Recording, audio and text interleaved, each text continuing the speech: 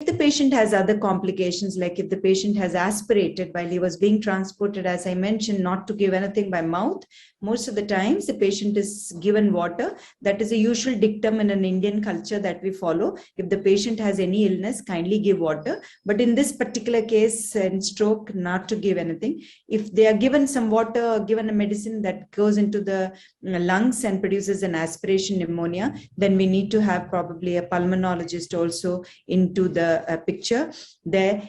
If the patient has other comorbidities which are over and above, not related to the stroke, like the patient can have a renal impairment, the patient can have accelerated hypertension, the patient can cardiac issues, then we need to take the other specialties also and have a referrals from them, so that the best care, because now we can understand there are a lot of medications which we are giving to the patient. So we need to see that each medication does not interact. That's what we call as a drug interaction in a particular patient, because there's so many of them.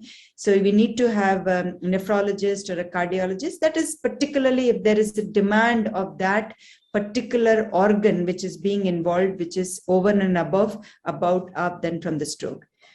To be noted here is that many of the patients sometimes might require a psychologist or a psychiatrist help as well, especially for trying to pep them up, trying to come out of that particular illness, because they are so much demoralized by what's happening. So the immediate complication or a little later complication is depression. As you were asking, what are the immediate complications? In this later complications, the pains, as I said, spasticity, the pains, the shoulder pains, depression is one thing, and one might need to have that.